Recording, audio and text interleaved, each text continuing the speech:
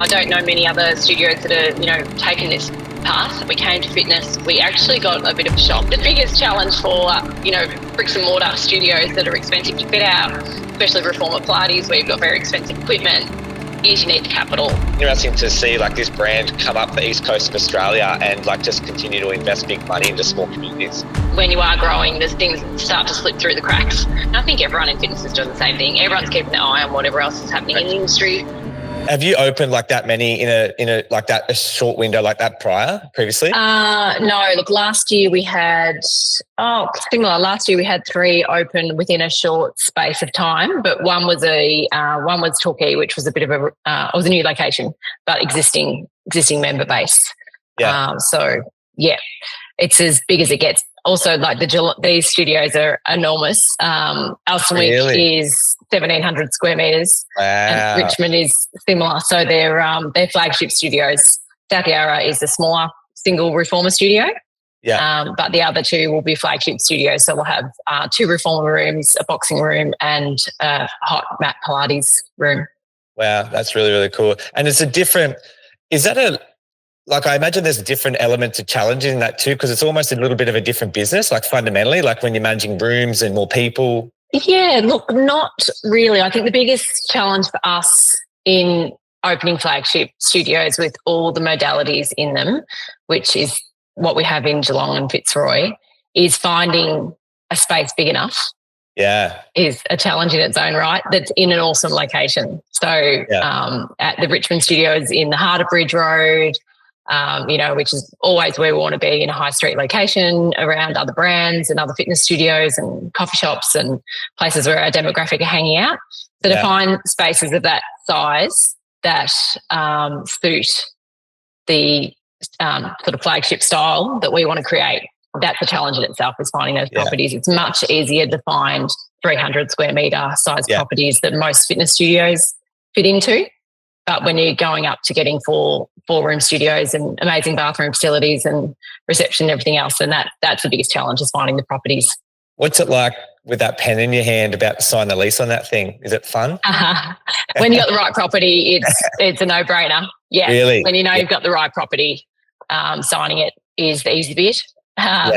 In my role, I manage the fit-outs as well. So I do the studio design and the brand design for the studio fit-outs, and manage the construction programs and work with all the builders. So, that's always an enormous task in itself for when you're doing fit outs of this size and scale. Yeah. There's always unforeseen things that pop up. Absolutely. Let's go back a few steps, man. I want to learn sort of more about you. How long have you been in this space for, or the Pilates space, or did you have a commercial career before this, or tell me a bit about yourself. Yeah, totally. So we've had Upstate for 15 years. Wow. Prior to that, I was in, that's it. Prior to that, I was in brand marketing. So I was always had a background in marketing, always have loved brands, just the development of brands and the emotional connection and the psychology of the consumer. That's always what I've been into, and kind of ended up in fitness, by accident really, because my background wasn't athletic or into fitness. Started doing yoga probably 20 years ago, and that was just after a time my sister, we'd lost our brother in a car accident. Okay. And my sister and I both started doing yoga unknown to each other, that we were both doing yoga. We were living in different cities.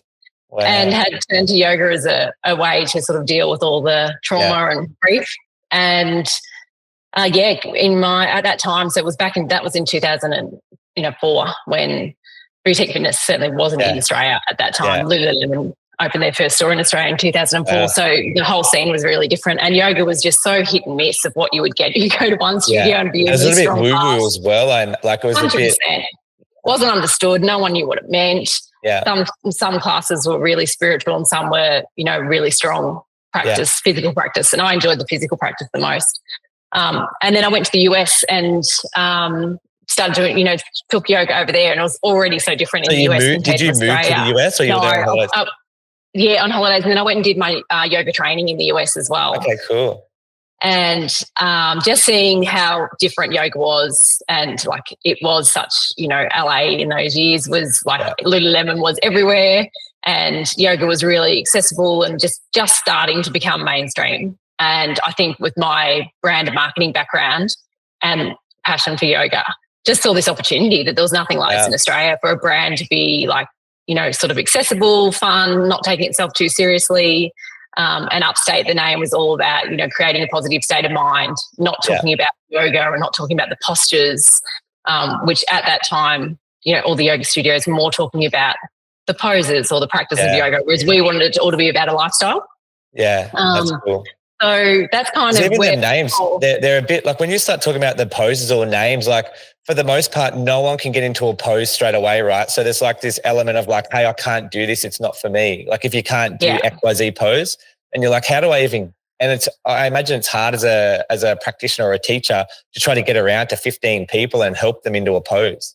Scary. Yeah, look, I think across the board, whether it's yoga, Pilates, weight training, fitness for the most part is pretty daunting for the average person. And so I think for us, and because I wasn't from a fitness background, the most important thing to us was to really create a space and a brand that was all about accessibility and not taking yourself too seriously. Like, and perhaps this is Sherelle and I being sisters in a business together.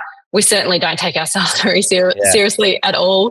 And, it should be fun. It should be just part of your everyday life, as part of your lifestyle. It's not a chore. It's not something you have to do, not something you should be feeling bad that you have to go and do a class to work out to feel better. It just becomes part of your life and, all about the positive impact and how you feel after class. Did you start the first Upstate? Were you still working your corporate job at that time?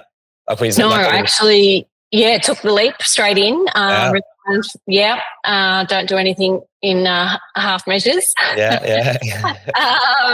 resigned. And I think at the time everyone thought it was just so crazy to go and open a yoga studio. But I actually really felt strongly that if I did take leave or do it on the side, that I would be half in and I'd always have something to fall back on. I wouldn't give it everything.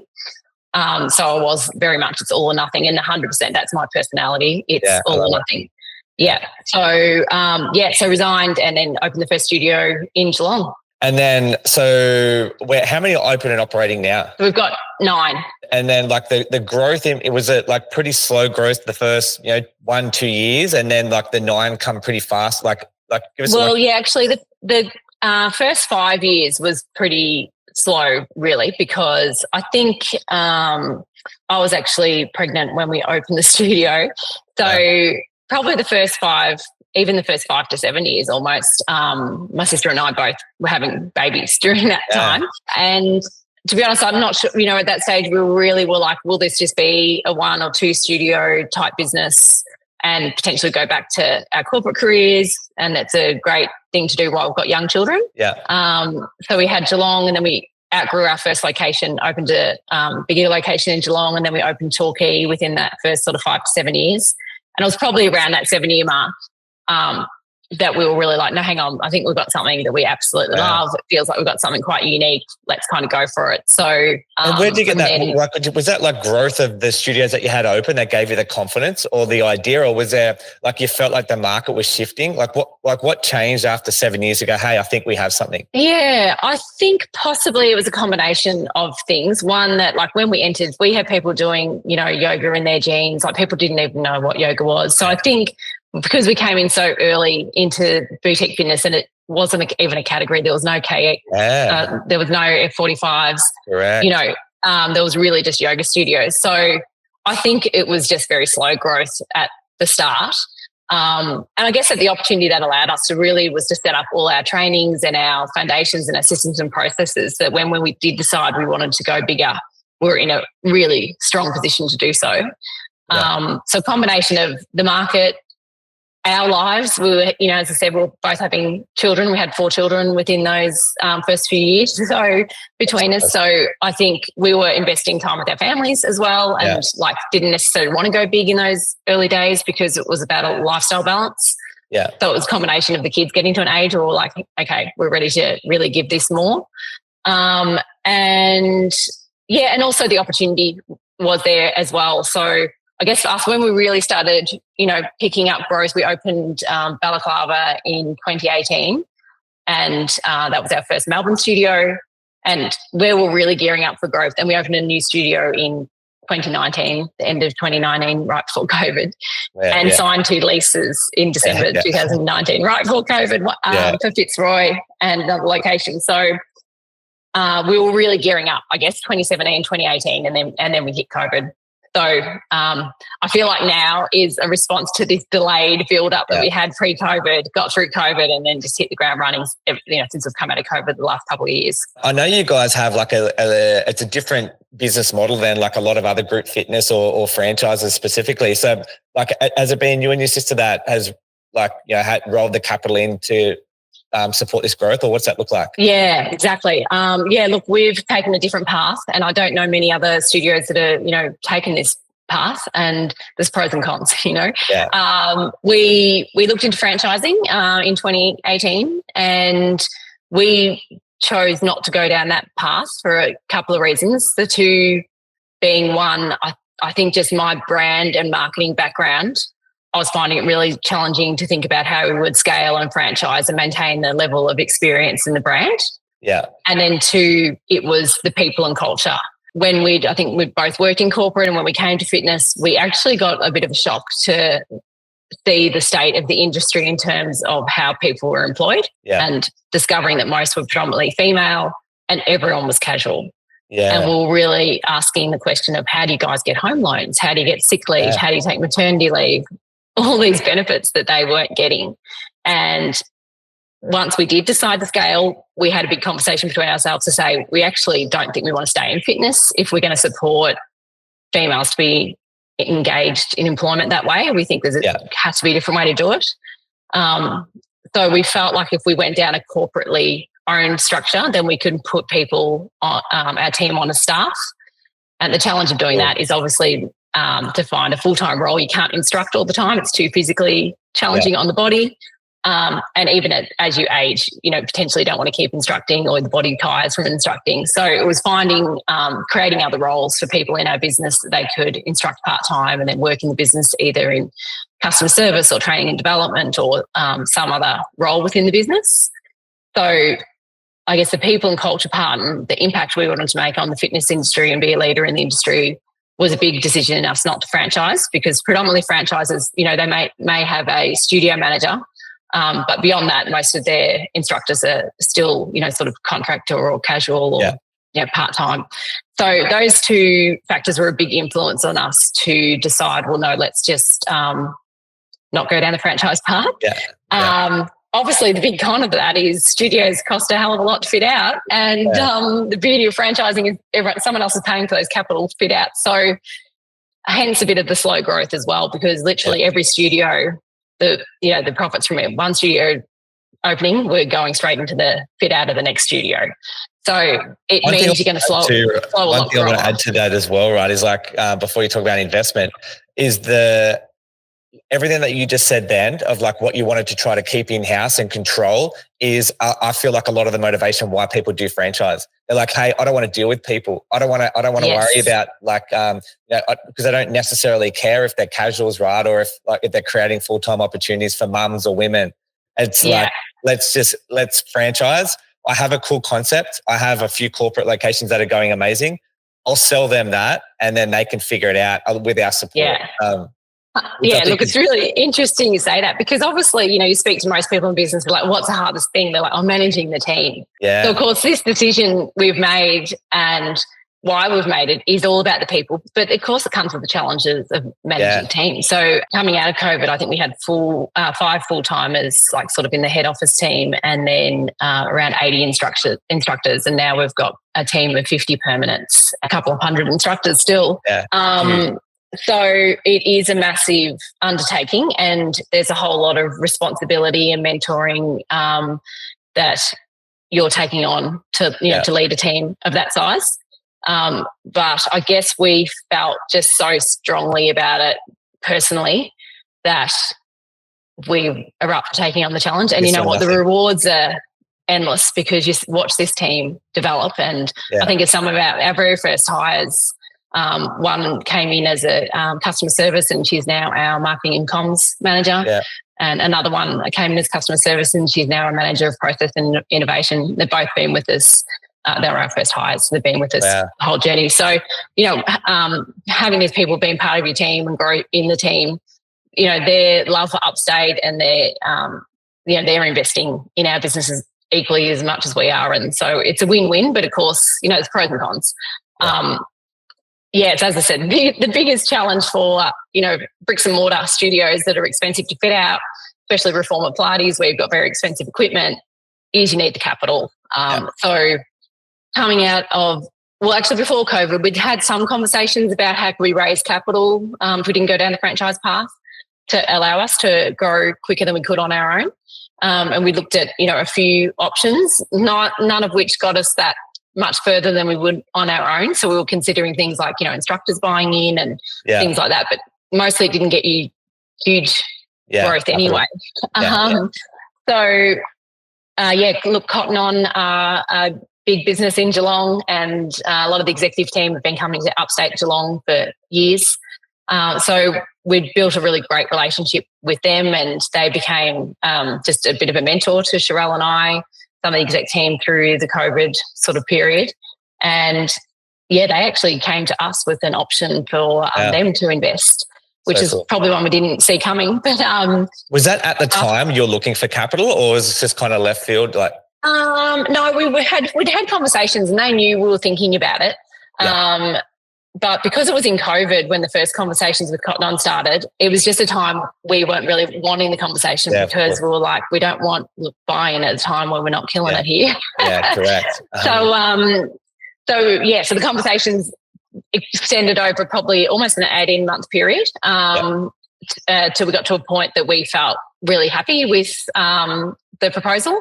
For us, the whole conversation with Cotton On was always that it wasn't just about a capital investment. It was an alignment with the philosophy of how we want to grow the business. And the exact same two reasons we didn't franchise were the two things we presented to Cotton On: the people, the culture, and the brand. Because when you look at our P&L, and most people would probably see a stronger investment into training and development of the people than potentially you'd see in a franchise business. And we wanted to make sure that that was maintained, and if anything, continues to grow, because that's part of our people philosophy. So, Cotton On got really similar philosophies, actually. They're very family-orientated business, all about community, a lot about their team, a lot about female empowerment. So once we got kind of aligned on how Upstate would grow with investment, then similar to when you find the right property, when you find the right capital partner, it becomes an easy decision to sign on the dotted line. It's interesting too when you talk about the flagship locations for Upstate. I think Cotton On is they've actually I watched that model, right? They've recently changed to a similar thing. They got some really high-end flagship shops, and then they got their little low ones. Their fit outs at the moment. I walked through a Cotton On the other day. It was at Salamander Bay, which is it's a sleepy coastal town for 40 weeks of the year. And they have these massive on there. It's huge. So it's interesting to see this brand come up the east coast of Australia and just continue to invest big money into small communities. Yeah, absolutely. And for us, that's where our opportunity exists, we think, in terms of how we grow, because we've now got models of single room studios in Ocean Grove and going into South Yarra that, can go into a 200 to 300 square metre space.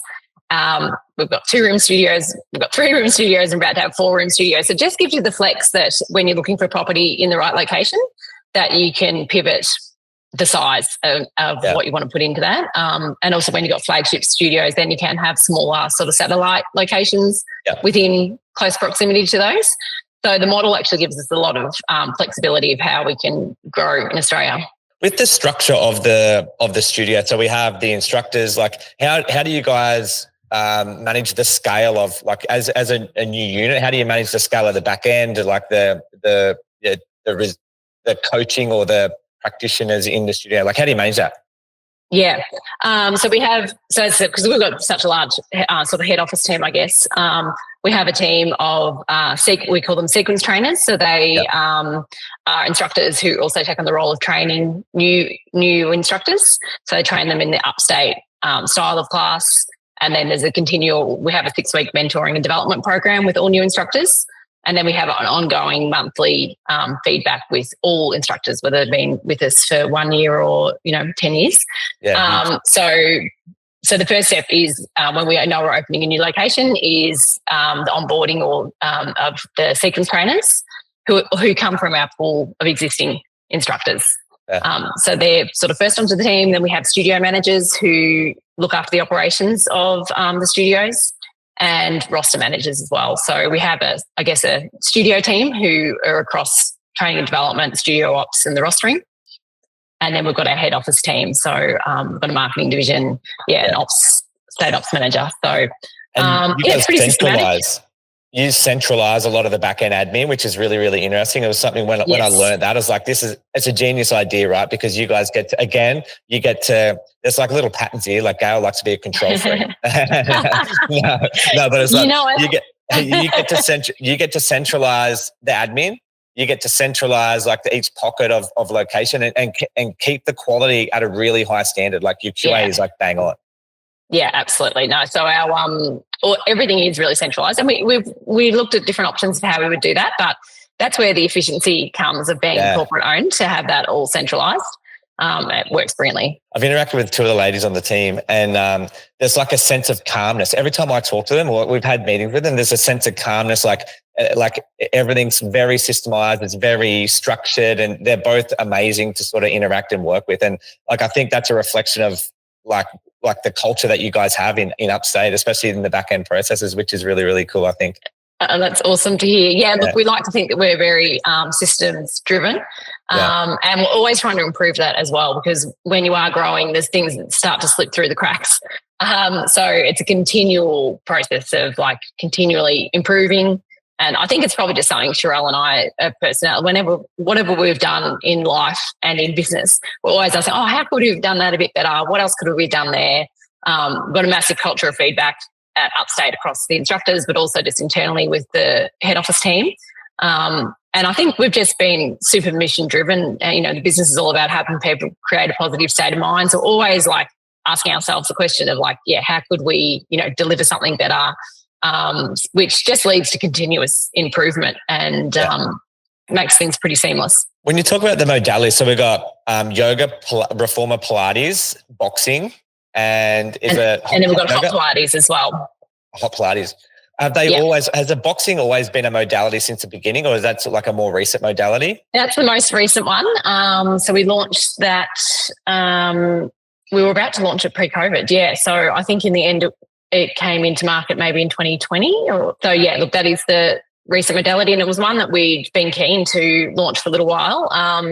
But we definitely take our time on working on the modalities to the point that we're extremely, confident in them before we launch them into market. So we'd actually been working on the boxing concept, for at least 18 months. Obviously, COVID got in the way and made that take a bit longer. But so we've got at the moment that's in Geelong and Fitzroy only.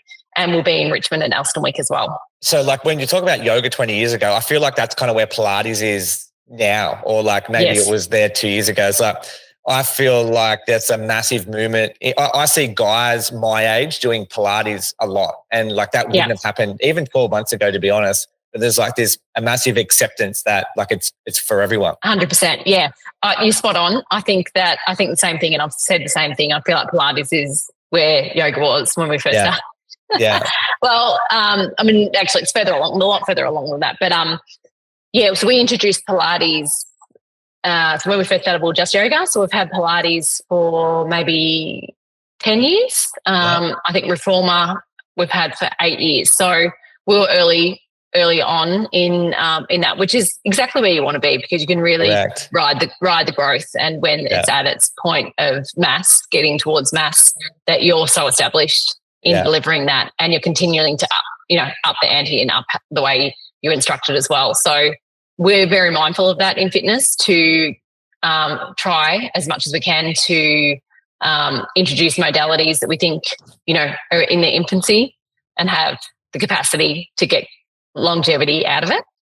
I think for us as well, we've always been mindful to, when we've considered other modalities, to look at modalities that have been around forever, but then are taught in a modern, accessible way. So yoga's been around for centuries, Pilates hundreds of years, boxing a long, long time. So having those as our three core modalities, they're they're nothing new in their true essence, but the way that we teach and instruct and engage and share those modalities is in an upstate way. So trying to stay clear of like some fitness trends that look like they're a bit more just for the moment. Yeah. And really thinking about the ones that have stood the test of time, and then how can we deliver them in an authentic way to us. Yeah. When you talk about like trends or like the recovery is like obviously a massive thing at the moment. It's like I'm really interested to watch the recovery space through winter, like this winter in Australia. Like last winter, there wasn't really anyone doing ice baths for the most part, right? Like this is the first winter that we're going to go through. I expect to see like Gumtree just full of like secondhand ice baths. And like, it'll be interesting to watch them sort of navigate like that space, because I see it as well in the like we work with a couple of US guys, franchise and recovery, and they're getting like huge membership bases, right, for like a 2-minute ice bath, and like far more than a group fitness. So it's interesting to try to understand, like I can go and pay, Upstate XYZ, $70 a week to have unlimited training, or I can pay this recovery, $70 a week and I get, 2 or unlimited saunas and ice baths. Like people are leaning into the recovery space, I think, which is amazing. But for the most part as well, like I'm just going to throw a blanket over everyone. I don't think most of us like train hard enough to like, it's probably better for health and wellness or like mindset or like, and then recovery so much. Like I don't run far enough to need compression boots on my legs. Yeah, that's right. Yeah, for sure. No, look, it is interesting to watch recovery, because obviously it has been, it's been touted as the newest trend and, something that's obviously continuing to grow. Yeah. For us, I guess we have a lot of our yoga practice, especially yin yoga and sound bath meditations, are all recovery practices that are really accessible and, actually provide a lot of restoration for the average person needs, as you said, unless you're doing, epic, training and marathons and things. A lot of people don't need that level of recovery from their weekly workout. I done yin yoga the other day on YouTube. I didn't know what it was. I just saw a dude doing it. I was like, do this 45-minute yoga, because I was looking for that. And it was like that. I don't know what the difference are, but like I had a lot of fun doing that. Like it seemed like I could achieve it. I could do it. Like the flow was cool. And I really, really enjoyed it. Yeah. Look, if you try to get into any of our studios on a Sunday evening for a yin yoga or a sound bath meditation, you're on the waiting list. Really? Yeah. Wow. So I think that's fed into a lot of people's practices of like just ending the week, thinking about the new week ahead, just having that time to stretch and release. So that's, been a popular practice for us. But like you, and I think everyone in fitness is doing the same thing. Everyone's keeping an eye on whatever else is happening in the industry. We've always headed over to the US, annually.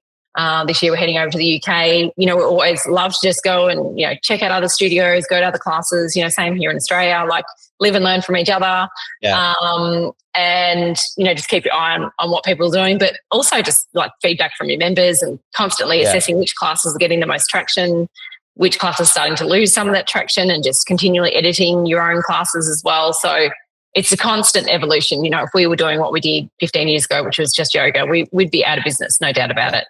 Yeah. So, we're constantly looking at the classes, and even our hot Pilates from what that first started, now we have classes like hot Pilates strength. So it's a strength-based class, but still with the Pilates and the core principles. So that's, even though the class style has stayed the same, how we delivered and the exercises within it and the weights that we use in it have completely changed. Okay. So we're constantly evolving those classes. Yeah. In the yoga or the Pilates, do you guys like help? Like, is there screens that like show movements as well, or it's all instructed in person? All instructor. Okay, cool. Yeah, all instructor. So we have set sequences that are a framework for our classes. So one of the big things that's really important to us, and this has come through from our customer feedback over all the years, is just the consistency of the classes. And I noticed myself at some classes I've gone to at different studios over the years, one teacher will teach a very hard class.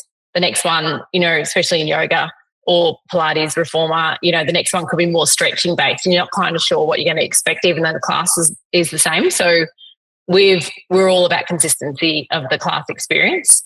So we have kind of freedom within a framework that the instructor's choosing all the exercises they put in, but there's a set framework for how long the exercises go for, what order they're sequenced in, so that the member, once they've done a couple of classes, they start to recognise the framework of the class as well, which really helps when you've got a big class environment and we've just got one instructor and you haven't got screens and things. So having that sort of, I guess, a sequence that people become pretty aware of the longer they've been coming really helps to format the class.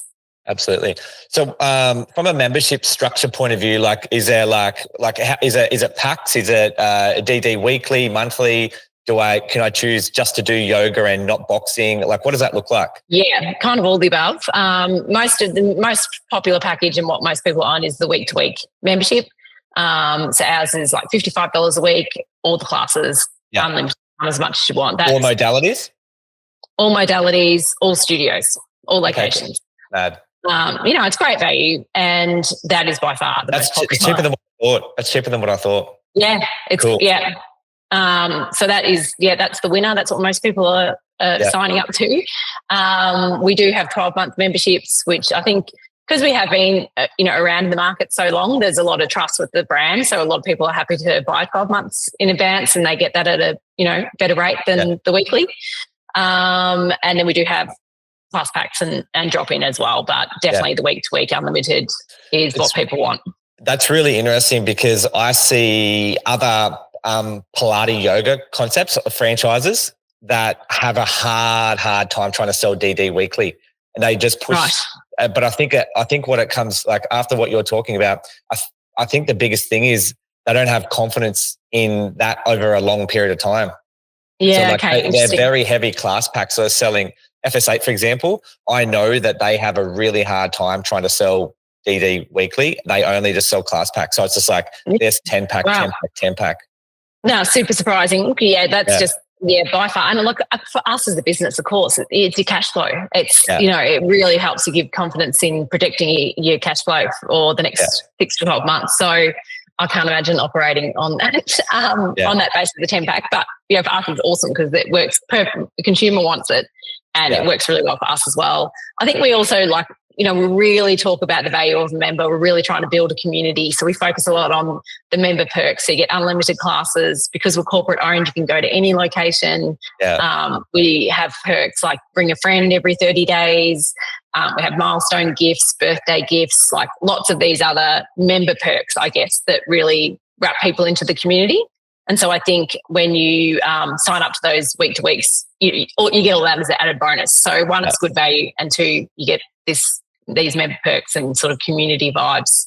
Do you have, you guys have got a really cool brand, right? Do you have merch and stuff like that as well, or you don't really go down that lane? Yeah, we do. So we've got a brand, Upstate Sport, which we kind of created in COVID.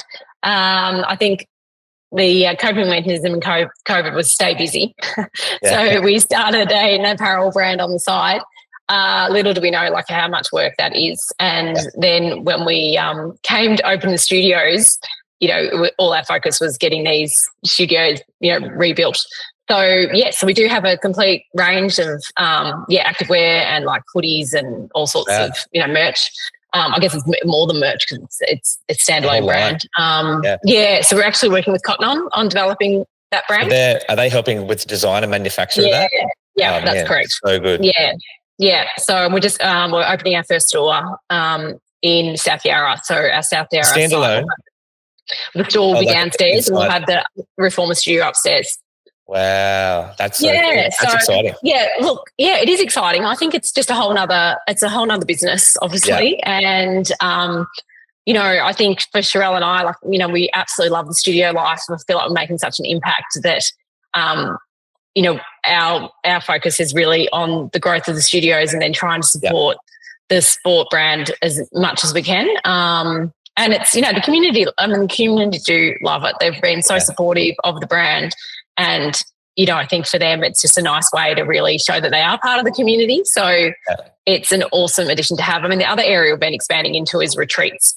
Okay. So we've got 5 international retreats this year, and they just are filling up fast. Are they typically current members, or is that sort of top of funnel for you? Is that external corporate, No, most are members. Yeah. Okay. We've had a few that are like people who have just jumped on board. But for the most part, it's members. And it's been awesome because we have found that even when we get back from the retreats, those members are still on the WhatsApp group and they're messaging about what class they're heading to and where and catching up when they get back as well. So it's a really nice extension of the way for the community to get together. And when you look at that, right, like in this space, it's about trying to increase your lifetime value of each member, right? Like if you have these retreats or they've got something to look forward to in summer, which is like 6 months away, like you're dramatically increasing the LTV in each one of them guys. And the longer they train, the better they feel, the more results they get. Like everyone wins in that scenario. And the cool thing about it, like the more money we can get from members over the time and deliver an amazing product is the more that we can develop the product, we can create more studios to bring more people in. It's just like a big ecosystem of just people that support each other. Absolutely. And I think too, it's like for us, it's like the more we can extend the brand from outside of just the studio bricks and mortar experience. And I think we all learnt through COVID when the doors physically closed to our spaces that it was the emotional connection to our brand that helped us through the most challenging times. And so the more we can develop a relationship with our member and, a deeper relationship, which a retreat experience, you don't get much closer to your member than on a retreat overseas. It's that's a feeling that could change the direction of your entire life. Absolutely. So I think for us, it's really about, how can we continue to be part of our members' lives outside of the studio, and having Upstate Sport as the apparel that they're wearing out and about or on holidays or out and about in their daily life is a connection to Upstate that they're taking throughout the day. And the retreats is like a really personal connection to the brand and our mission and what we're all about. That, absolutely. As you said, some people it's like, the reviews that come back, so that was life-changing for me. Yeah. So, that's, you can't buy that. So it's these brand extensions, like a meaningful brand extensions for us. And also the other element to the retreats is actually because we have been creating these career pathways for our team and finding roles that the team instructors can do beyond instructing. The retreats is such a winner because now we have a retreats and events coordinator who, that's her role, is managing all the retreats, and our staff go to all the retreats to instruct. So it's such a nice perk for the team to be able to offer them that opportunity. And again, just keep growing ways that our team can grow and develop in their careers. Yeah, it's incredibly smart. Like from my point of view of a business is a platform for other people to use to make money and create like flexibility and freedom in their life, right? And then off the other side of that, it's a place that you can attract and acquire members, clients or customers for them to use your product and service and improve their life. And for you to be able to create like a career path, like it's really hard for a single studio owner to create or find an amazing person and offer them a career in a really good way. There's just no depth. So it's really cool for you to be able to create this big machine that people can really clearly identify as like, hey, if I work really hard and I help solve Gail's problems and Upstate's problems, then I'm going to be able to, hopefully one day move into this position or like be a part of that growth. Go to 100%. The US on a retreat. It's like how amazing that, like you can get, like you're working and like traveling, like that's huge. Absolutely. Yeah, no, we've just booked, booking the Greek Islands for next year. So, everyone will put up their hand for that one, won't they? Wow. That's magic. And do you do any local ones as well? Like, do you go to Byron or like other sort of like? Do you know what? All of our retreats so far have been international. So we've been doing Thailand, Sri Lanka, Bali, and we would like to do some domestic ones. It's interesting when you look in the domestic marketplace, it's actually like a lot of the retreat spaces are pretty expensive. We've always been an accessible brand, and like that's been part of our philosophy to be, making sure that whatever we offer is accessible to the average person. And our price points always reflected that. And so our retreats, we've wanted to not make them exclusive. We've wanted to make them accessible for our member base to attend. So that's been a challenge to find the right domestic locations that, because in a lot of cases you can, Like it's cool to go to Byron Bay for 2 nights, but it's also like not as cool as it is to go to Thailand for 4. Like absolutely, if they cost the same, And again, like the feeling. So like, and I could talk to you all day about brand, right? Because I love like that brand or the psychology of like, why does someone buy this over that? Is it because of the color? Is it because of the font? Is it because they saw someone else wearing it or wanting it? And that's a feeling that you could get in Thailand that you're not going to be able to acquire in Byron Bay. It's a different vibe. So like if we want these guys to feel good, like where do we go? Absolutely. And it is about just like making sure we can deliver an experience that is authentic to the brand wherever we are in that location. You know, our upstaters for the most part, they love to get their classes in, but they also, love a cocktail. So, we're not necessarily looking for locations that are, sort of yoga retreat spaces. We're looking for places that are, fun and adventurous and active. It's like your holiday with your friends, but you're working out. Do you see the demo? Like we briefly spoke about it before with like more males, sort of 30 to 40 doing Pilates or yoga. Have you seen that trend like compound recently, and like from your member base? Yeah, definitely. We've actually always had a lot of guys, especially the yoga. The brand leads to guys. Like it's not a very girly brand. It's a very fun unisex brand. Yeah, that's right. And we've done that purposely. Yeah. We've really tried to make sure that we're, as gender neutral in the brand and tone of voice, even to the point of the language we use in our classes. Our playlists are all done internally, but we have one of our team is a playlist. That's her role, to create the playlist for all the classes. And we're always saying, just making sure that if your dad or your brother was in the class today, would he have felt like he fitted in with the words you use or the music that was on, and making sure it just feels, great place for anyone to come into. But yeah, definitely seen growth in men in classes. We've always had more men, I'd say, than most studios that I pop into. Yeah. And increasingly as Pilates has grown in awareness that it is strength resistance training and not just, easy workout, that we're getting more and more guys. It's tough. Yeah. So, definitely. And like we get lots of young guys in their 20s, especially in yoga and the Pilates. And of course the boxing is always got a real mix of people in it. Yeah. That's really, really cool. So from a growth point of view now, we're opening 3 studios in the very near future. Is there like a roadmap? Like how far in advance do you plan? Is it 12 months, 18 months? We're kind of at this stage going roughly 12 months in advance. Our strategy, which was some really good advice from Cotton On, was to get as big as we could, as close to home, so that things were within arm's reach. And we were pretty keen to get interstate, last year. And that was the advice I gave. And at the time I felt a little bit held back. But now I'm like very grateful for that advice, because as you do grow, especially being corporate owned, things start to pop up.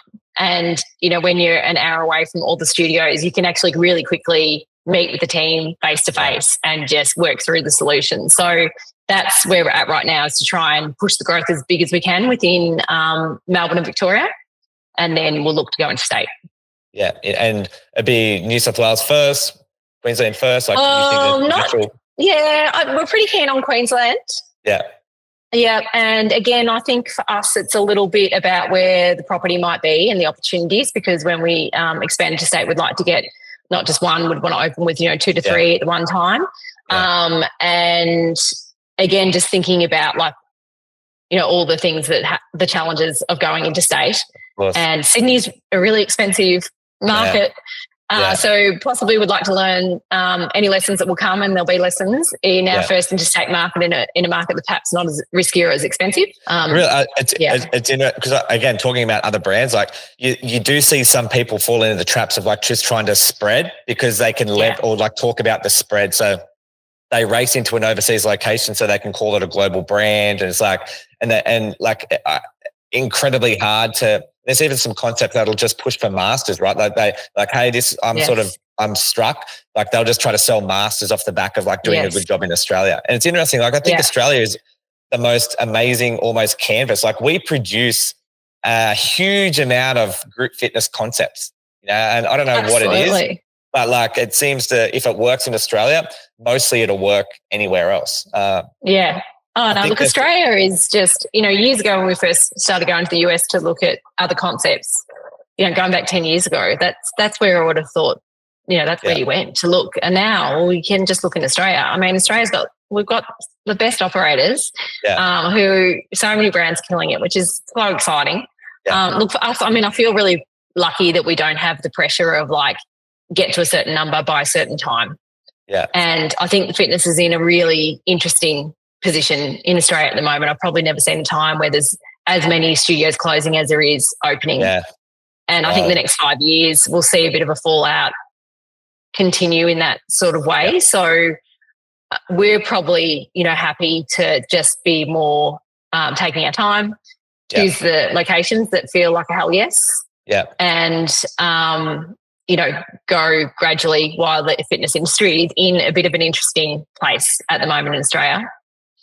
Would you look at acquiring other Pilates single concepts like in Queensland, that had a member base of 150 and just acquire that and rebrand it to an Upstate? When we've done that before, we've actually had a couple of studios that we've purchased as existing businesses and flipped them into Upstate. So, it is a good way to go in terms of, just even all the permit processes with their sites and, avoiding all the council applications for your fit out. So if there's opportunities like that, we'd be looking at them for sure. Yeah. From an education point, how do you keep up with you're running this big company now, leading at hundreds and hundreds of people. Do you sort of how do you stay ahead of everything? Do you read? Do you educate yourself? What does that look like? Yeah, look, I'm an avid podcast person. So what's your favorite podcast? Oh gosh, I don't really have a favourite one. I jump around. Me too. It does. Yeah. And sometimes I'm just searching a founder that I'm interested in. Like this week, I was searching the founders of Studs, which is an ear piercing company in the US that have got 100 locations. And so, I was listening to them because they're all about how they locate their stores and store development and store fit out. So sometimes I'm just looking at things that are, random. Other times I'm looking at leadership things. Yeah. And then sometimes you just get lost in random stuff, don't you? But definitely podcasts. I LinkedIn I find great. I'm pretty much I'm on there most days. I have a little look at different articles or features. I find that a great way to just spend even just 10 minutes of your day just to have a look at the top sort of stories, and there's lots of inspiration from there, especially out of the US and other brands. And even just the old newsletters. When I find someone on LinkedIn that I'm really interested in, I'll often will subscribe, which I feel like the newsletter died off a few years ago. But, there's a few on Substack that I really follow and enjoy. So, oh my God, it's just there is so much information. There is so much. And I think we can become, it's a bit of a trap sometimes as well, because there's almost pressure to learn all this and consume all this content that I think sometimes it's really cool to reflect. And your Sunday yoga, it's there's so many options. I think we overlook consuming our own content, the content in our mind, how we're working through things. 100%. That is the most high yielding, right? Before you go and drown yourself in that hour and a half book or podcast, do you need to work through some things yourself? Yeah. No, and do you know what? It's a really good point, because I walk I'm lucky. I live in Torquay. The beach is at the end of the street. I walk every day, and I'll often straight away go to put on a podcast. But at least once a week, I make myself not put on a podcast, and I get so many ideas. And so I'm recording myself on my phone. Recording myself as the ideas come, because at the time I've got home, I've forgotten the ideas because they're so random. And some of them are crazy and they just, they never make it off the notes. And some of them I'm straight into my inbox emailing people. So I feel like that's because it's really easy to just tune into everything else. And sometimes you're thinking about other things and don't even take in the podcast or the content. Correct. So I think a good discipline is if you can give yourself a space of an hour a week, whether it's out for a walk or whatever it might be, but have a tool that you notes or voice record yourself, because sometimes those little moments just come so randomly, and they can be really creative ideas. And I think, I guess as the business has got bigger and you're sort of so caught up in so much work and the creativity can get a bit lost. Absolutely. And I love the creative part of the business. So I find for me that's something that I really value and have to remember to do. It sounds kind of crazy. Is just have that time, headspace to let the ideas come and actually hear them, because often you're just too busy and you're just powering through. 100%. I give you a tip that, and maybe you might look at that. But on Threads, I used to text message myself all the time. So I was like, why do I do that? I'm just going to start blurting it out on Threads or Twitter. Okay. It really has no context to anyone, right? I'm just sharing an idea. But the cool thing is I'm pushing that out to the world. And if someone grabs it, great. But if not, it's always going to be there for me to reflect on. It's time stamped. Like they're looking after it in their server. Like I can go back and look at it. And, that's hilarious. I love that. Yeah, I used to do the same thing. I used to do notes, but now I've actually found the voice recordings really good because I'm walking, I think, because I don't have to stop and take the notes. Right? There's something so powerful in movement and being creative. I don't think I'd want anyone to hear them. Yeah. Up and up a hill. Well, man, it's wonderful to sort of just sit down and learn all about Upstate. I think you have an incredible brand. What is the, like, is there an exit strategy for you guys at the end, or like, what does that look like, or you just focus on now? Yeah, good question. Look, I think more a few years ago, we were more thinking about what is our exit strategy. For now, we're just so focused on like getting that growth and scale nationally that we haven't got a fully formed exit strategy of when or how. But obviously having the partners at Cotton On to when we're ready to think about that, they're going to be just awesome partners to, work through that with. But for now, 100%, we're very present and in the moment. Yeah, build. And like, I think like you have like such a rock solid business concept brand that like a PE company comes knocking in 5, 10, 15 and, like it'll put you in a really healthy position. So it's cool. Super grateful to spend this time with you, mate. You have a wonderful weekend and I'm excited to watch the growth of Upstate and you guys continue to build this machine. Oh, thanks, Courtney. It was great to chat with you too and we'll be working with you. Absolutely. You're the best, mate. I'll talk soon. Okay, Peace. Mate. See ya. Thanks, Bye. Gail. Bye. That was amazing to catch up with Gail from Upstate Studios. Incredible story and an amazing brand. Like if you haven't already, jump on, do a quick Google search, check out Upstate. The way that they have decided deliberately not to franchise and just double down and own all of them, I think is very, very gangster. I think it's cool. I think it's cool that they've gone, hey, like I don't want to franchise. The road to franchise, I think, is faster. But they lose control of the back end processes and their brand values and their tone of voice. So I think that was one of the biggest things that I sort of took away from that. The second part is like Gail's effort and attention to leadership and just trying to create an amazing environment for a team. That's something that I value a lot in my businesses, and it's amazing to sort of hear Gail put that on a pedestal as well, which is cool. So, fun fact, I actually met Gail in an elevator at the fitness summit in Sydney. So we had like a 2-second conversation that has then spiraled into a working relationship and like now these sort of conversations. So it's cool how the universe works sometimes and brings people together. I appreciate you all. Peace.